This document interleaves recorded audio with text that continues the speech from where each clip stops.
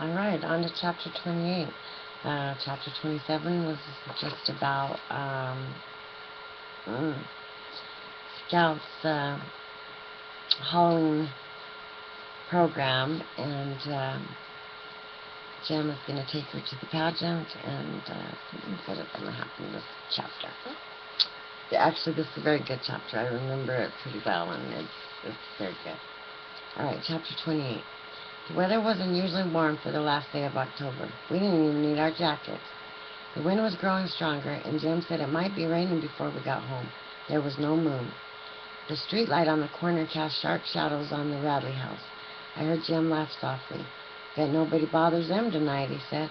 Jim was carrying my ham costume rather awkwardly, as it was hard to hold. I thought it gallant of him to do so. It is a scary place, though, ain't it? I said, who doesn't mean anybody any harm, but I'm right glad you're along. You know Atticus wouldn't let you go to the schoolhouse by yourself, Jim said. Don't see why, it's just around the corner and across the yard. That yard's a mighty long place for little girls to cross at night, Jim teased. Ain't you scared of haints? We laughed. Haints, hot steams, incantations, secret signs had vanished with our years as misty sunrise. What was that old thing, Jim said. Angel bright, life and death, get off the road, don't suck my breath. Cut it out now, I said. We were right in front of the Radley place. Jim said, Boo must not be at home. Listen. High above us in the darkness, the solitary mocker poured out his repertoire, in blissful unawareness of whose tree he sat in, plunging from the shrill key of the sunflower bird, to the irascible quack of a blue jay, to the sad lament of poor Will, poor Will, poor Will. We turned the corner, and I tripped on a root growing in the road. Jim tried to help me, but all he did was drop my costume in the dust. I didn't fall, though, and soon we were on our way again. We turned off the road and entered the schoolyard. It was pitch black. How do you know where we're at, Jim? I asked when we'd gone a few steps. I can tell we're under the big oak because we're passing through a cool spot. Careful now, and don't fall again. We had slowed to a cautious gait, and we were feeling our way forward so as not to bump into the tree. The tree was a single and ancient oak. 2 children could not reach around its trunk and touch hands. It was far away from teachers, their spies, and curious neighbors. It was near the Radley lot, but the Radleys were not that curious. A small patch of earth beneath its branches was packed hard for many fights and furtive crap games. Excuse me, sorry. Ugh. I just scratched my nose. The lights in the high school auditorium were blazing in the distance, but they blinded us, if anything. Don't look ahead, Scout, Jim said. Look at the ground and you won't fall. You should have brought the flashlight, Jim. I didn't know it was this dark. Didn't look like it'd be this dark earlier in the evening. So cloudy, that's why. It'll hold off a while, though. Someone leaped up at us. God almighty, Jim yelled. A circle of light burst in our faces, and Cecil Jacobs jumped in glee behind it. Ha! I gotcha, he shrieked. Thought you'd be coming along this way. What are you doing way out here by yourself, boy? Ain't you scared of Boo Radley? Cecil had ridden safely to the auditorium with his parents. Hadn't seen us, then had ventured down this far because he knew good and well we'd be coming along. He thought Mr. Finch would be with us, though. Shucks, ain't much but around the corner, said Jem. Who's scared to go around the corner? We had to admit that Cecil was pretty good, though. He had given us a fright, and he could tell it all over the schoolhouse. That was his privilege. Say, I said, ain't you a cow tonight? Where's your costume? Oh, it's up behind the stage, he said. Miss Merriweather says the pageant ain't coming on for a while. You can put yours back of the stage by mine, Scout, and we can go with the rest of them. This was an excellent idea, Jim thought. He also thought it a good thing that Cecil and I would be together. This way Jim would be left to go with people his own age. When we reached the auditorium, the whole town was there except Atticus, and the ladies worn out from the decorating, and the usual outcasts and shut-ins. Most of the county, it seemed, was there. The hall was teeming with slicked-up country people. The high school building had a wide downstairs hallway. People milled around booths that had been installed along each side. Oh, Jim, I forgot my money, I sighed when I saw him. Atticus didn't, Jim said. Here's 30 cents. You can do 6 things. See you later on. Okay, I said, quite content with 30 cents and Cecil. I went with Cecil down to the front of the auditorium, through a door on one side, and backstage. I got rid of my ham costume and departed in a hurry, for Miss Merriweather was standing at a lectern in front of the first row of seats, making last-minute frenzied changes in the script. "How much money you got?" I asked Cecil. Cecil had 30 cents, too, which made us even. We squandered our first nickels on the House of Horrors, which scared us not at all. We entered the black 7th grade room, and were led around by the temporary ghoul in residence, and were made to touch several objects alleged to be component parts of a human being. "Here's his eyes," we were told when we touched 2 peeled grapes on a saucer. "Here's his heart," which felt like raw liver. "These his innards," and our hands were thrust into a plate of cold spaghetti. Cecil and I visited several booths. We each bought a sack of Miss Judge Taylor's homemade divinity. I wanted to bob for apples, but Cecil said that's not sanitary. His mother said he might catch something from everybody's heads having been in the same tub. "Ain't anything around town now to catch," I protested, but Cecil said his mother said it was unsanitary to eat after folks. I later asked Aunt Alexandra about this, and she said people who held such views were usually climbers. We were about to purchase a blob of taffy when Miss Merriweather's runners appeared and told us to get backstage. It was time to get ready. The auditorium was filling with people.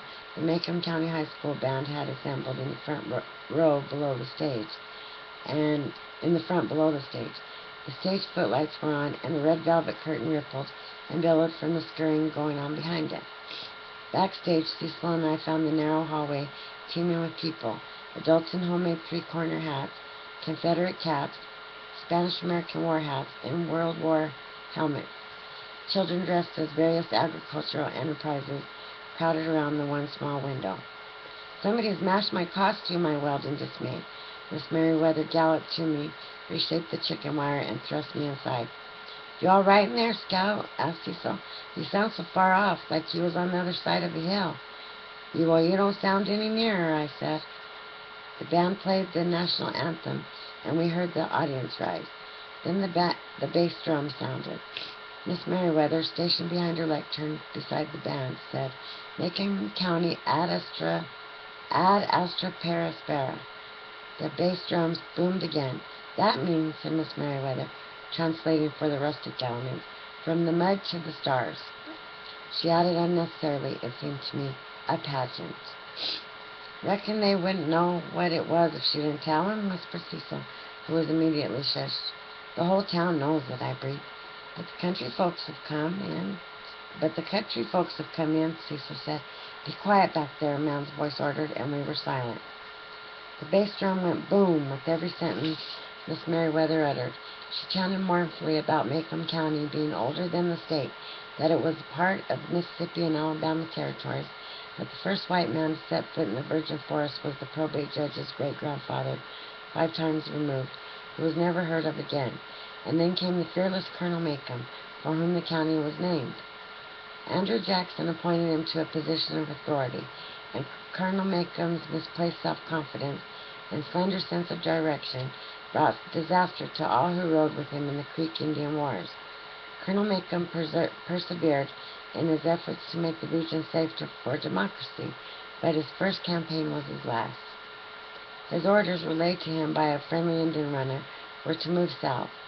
After consulting the tree to ascertain from its lichen which way was south, and taking no lip from the subordinates who ventured to correct him, Colonel Macomb set out on a purposeful journey to rout the enemy and entangled his troops so far northwest in the forest primeval that they were eventually rescued by settlers moving inland.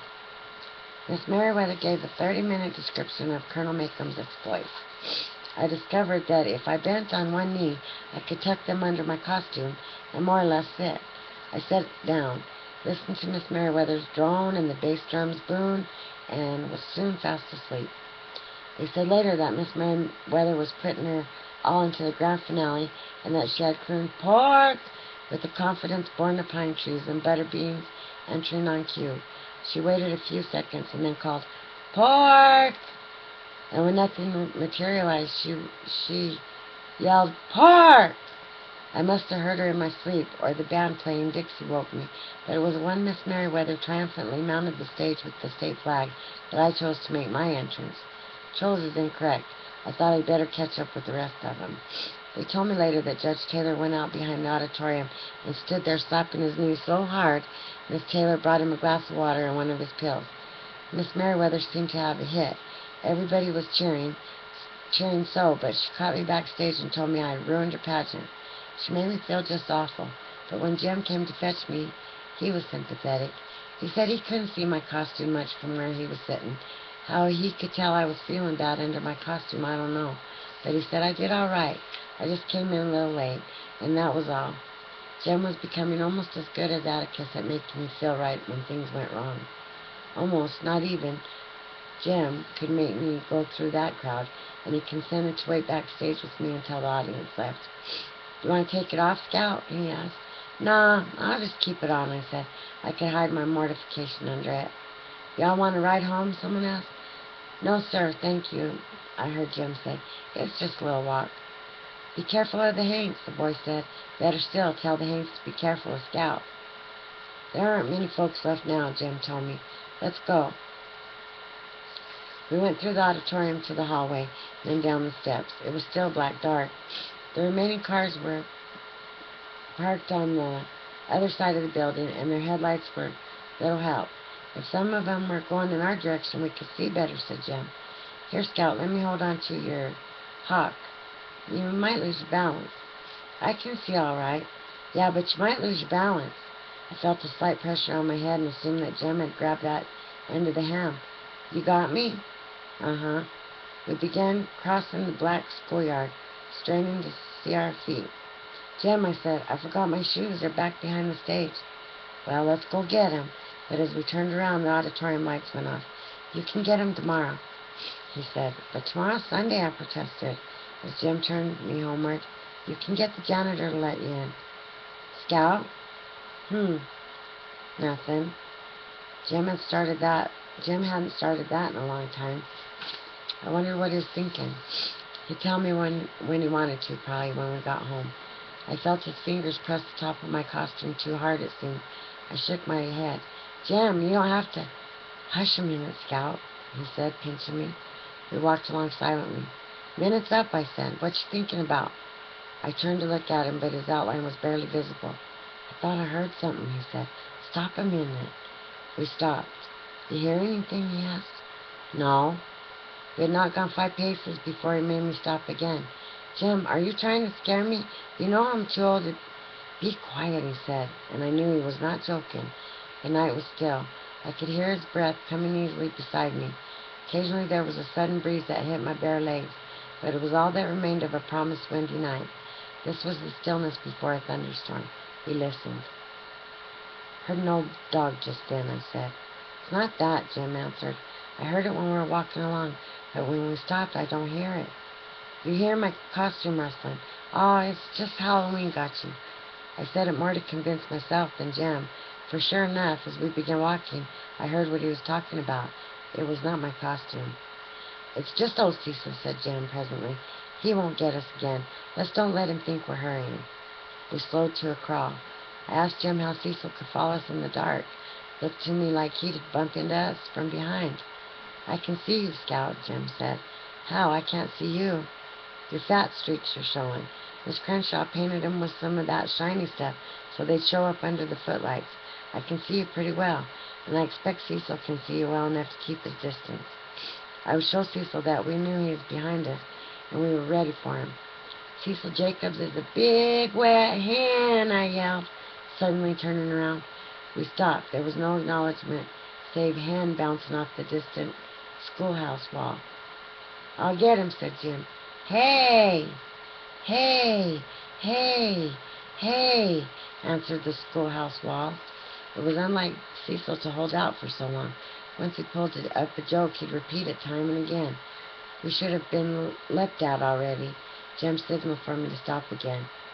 He said softly, "Scout, can you take that thing off?" "I think so, but I ain't got nothing on underneath it much." "I got your dress here." "I can't get it on in the dark." "Okay," he said, "never mind." "Jim, are you afraid?"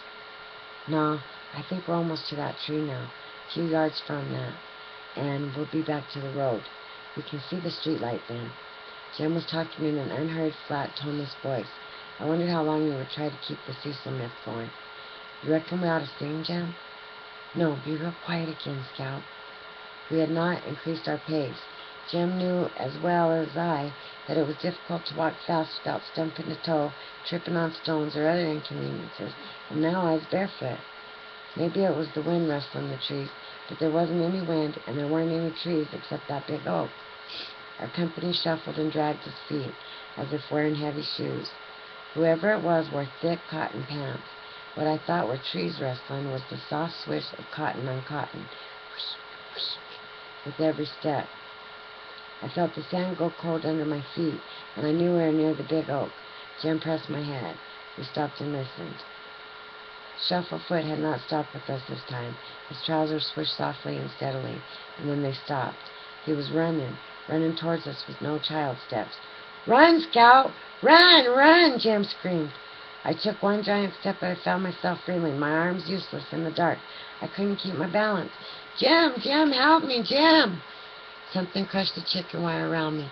Metal ripped on metal, and I fell to the ground and rolled as far as I could, floundering to escape my wire prison. From somewhere nearby came the scuffling, kicking sounds, sounds of shoes and flesh scraping dirt and roots. Someone rolled against me, and I felt Jim. He was up like lightning and pulled me up with him. Though my head and shoulders were free, I was so entangled we couldn't get very far. We were nearly to the road when I felt Jim's hand leave me, felt him jerk backwards to the ground. More scuffling, and there came a dull crunching sound, and Jim screamed. I ran in the direction of Jim's scream and sank into a flabby male stomach. Its owner said, "Oof!" and tried to catch my arms, but they were tightly pinioned. His stomach was soft, but his arms were like steel. He slowly squeezed the breath out of me. I could not move. Suddenly he was jerked backwards and flung on the ground, almost carrying me with him. I thought, Jim's up. One's mind works very slowly at times. Stunned, I stood there dumbly. The scuffling noises were dying. Someone wheezed, and the night was still again. Still, but for a man breathing heavily and staggering. I thought he went to the tree and leaned against it. He coughed violently, a sobbing, bone-shaking cough. "Jim!" There was no answer but the man's heavy breathing. "Jim!" Jim didn't answer. The man began moving around as if searching for something. I heard him groan and pull something heavy along the ground. It was slowly coming to me that there were now 4 people under the tree. Atticus? The man was walking heavily and unsteadily toward the road. I went to where I thought he had been and felt frantically along the ground, reaching out with my toes. Presently I touched someone. Jim? My toes touched trousers, a belt buckle, buttons, something I could not identify, collar, and a face. A prickly stubble on the face told me this was not Jim. I smelled stale whiskey. I made my way along in what I thought was the direction of the road. I was not sure because I'd been turned around so many times, but I found it and looked down to the street light. A man was passing under it. The man was walking with the staccato steps of someone carrying a load too heavy for him. He was going around the corner, and he was carrying Jim. Jim's arm was dangling crazily in front of him. By the time I reached the corner, the man was crossing our front yard. Light from our front door framed Atticus for an instant. He ran down the steps, and together he and the man took Jim inside. I was at the front door when they were going down the hall. Aunt Alexandra was running to meet me. "Call Dr. Reynolds," Atticus' voice came sharply from Jim's room. "Where's Scout?" "Here she is," Aunt Alexandra called, pulling me along with her to the telephone. She tugged at me anxiously. "I'm all right, Auntie," I said. "You better call." She pulled the receiver from the hook and said, "You Lemaine, get Dr. Reynolds quick." "Agnes, is your father home?" "Oh, God, where is he?" "Please tell him to come over here as soon as he comes in. Please, it's urgent." There was no need for Aunt Alexandra to identify herself. People make 'em knew each other's voices. Atticus came out of Jim's room. The moment Aunt Alexandra broke the connection, Atticus took the receiver from her. He rattled the hook and then said, "You Lemaine, get me the sheriff, please." "Heck," Atticus finished. "Someone's been after my children. Jim's hurt, between here and the schoolhouse. I can't leave my boy.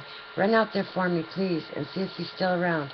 Doubt if you'll find him now, but I'd like to see if you do. Gotta go now. Thanks, Heck." "Atticus, is Jim dead?" "No, Scout. Look after her, sister," he called as he went down the hall. and Alexandra's finger trembled as she unwound the crushed fabric and wire from around me.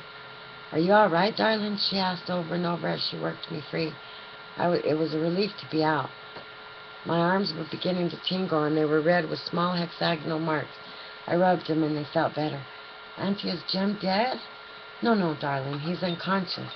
We don't know how badly he's hurt until Dr. Reynolds gets here. Jim and Louise, what happened?" "I don't know." She left it at that. She brought me something to put on, and had I thought about it then, I would have never let her forget it in her distraction. Auntie brought me my overalls. "Put these on, darling," she said, handing me the garments she most despised. She rushed back to Jem's room, and then came to me in the hall. She patted me vaguely and went back to Jem's room. A car stopped in front of the house. I knew Dr. Reynolds' step almost as well as my father's. He had brought Jem and me into the world, had led us through every childhood disease known to man, including the time Jem fell out of the treehouse, and he had never lost our friendship. Dr. Reynolds said if we had been boil-prone, things would have been different, but we doubted it. He came in the door and said, "Good Lord." He walked toward me and said, "You're still standing," and changed his course. He knew every room in the house. He also knew that if I was in bad shape, so was Jem. After 10 forevers, Dr. Reynolds returned. "Is Jem dead?" I asked. "Oh, far from it," he said, squatting down to me. "He's got a bump on the head just like yours, and a broken arm." "Scout, look that way. No, don't turn your head. Roll your eyes. Now look over yonder. Well, he's got a bad break, so far as I can tell. Now it's in the elbow, like somebody tried to wring his arm off. Now look at me. Well, then he's not dead?" "No." Dr. Reynolds got to his feet. "We can't do much tonight," he said, "except try to make him as comfortable as we can. We'll have to x-ray his arm. Looks like he'll be wearing his arm way out by his side for a while. Don't worry, though. He'll be good as new. Boys his age bounce." While he was talking, Dr. Reynolds had been looking keenly at me, lightly fingering the bump that was coming on my forehead. "You don't feel broke anywhere, do you?" Dr. Reynolds' small joke made me smile. "Then you don't think he's dead, then?" He put on his hat. "Now, I may be wrong, of course, but I think he's very alive. Shows all the symptoms of it. Go have a look at him. When I come back, we'll get together and decide." Dr. Reynolds' step was young and brisk. Mr. Hectate's was not. His heavy boots punished the porch, and he opened the door awkwardly, but he said the same thing Dr. Reynolds said when he came in. "You all right, Scout?" he added. "Yes, sir. I'm going in to see Jem. Atticus and them's in there." "I'll go with you," said Mr. Tate. Aunt Alexandra had shaded Jem's reading light with a towel, and his room was dim. Jem was lying on his back. There was an ugly mark along one side of his face. His left arm lay out from his side. His elbow was bent slightly, but it was in the wrong direction, and Jem was frowning. "Jem?" Atticus spoke. "He can't hear you, Scout. He's out like a light." He was coming around, but Dr. Reynolds put him out again. "Yes, sir." I retreated. Jem's room was large and square. Aunt Alexandra was sitting in a rocking chair by the fireplace. The man who brought Jem in was standing in a corner, leaning against the wall. He was some country man I didn't know. He had probably been at the pageant and was in the vicinity when this happened. He must have heard our screams and come running. Atticus was standing by Jem's bed. Mr. Hectate stood in the doorway. His hat was in his hand, and a flashlight bulged from his pants pocket. He was in his working clothes. "Come on in, Heck," said Atticus. "Did you find anything?" "I can't conceive of anyone low down enough to do a thing like this, but I hope you found him." Mr. Tate sniffed. He glanced sharply at the man in the corner, nodded to him, and then looked around the room, at Jem, at Aunt Alexandra, and then at Atticus. "Sit down, Mr. Finch," she said pleasantly. Atticus said, "Let's all sit down. Have that chair, Heck. I'll get another one from the living room." Mr. Tate sat in Jem's desk chair. He waited until Atticus returned and settled himself. I wondered why Atticus had not brought a chair for the man in the corner, but Atticus knew the ways of country folk better than me. Some of his rural clients would park their long-eared steeds under the chinaberry trees in the backyard, and Atticus would often keep appointments on the back steps. This one was probably more comfortable where he was at. "Mr. Finch," said Mr. Tate, "tell you what I found. I found a little girl's dress. It's out there in my car. Is that your dress, Scout?" Yes, sir, if it's a pink one, we'll smock him, we said. Mr. Tate was behaving as if he were on the witness stand. He liked to tell things his own way, untrammeled by state or defense, and sometimes it took him a while. I found some funny-looking pieces of muddy-colored cloth. Oh, that's my costume, Mr. Tate. Mr. Tate ran his hands down his thighs. He rubbed his left arm and investigated Jem's mantelpiece, and then he seemed to be interested in the fireplace. His fingers sought his long nose. "What is it, Heck?" said Atticus.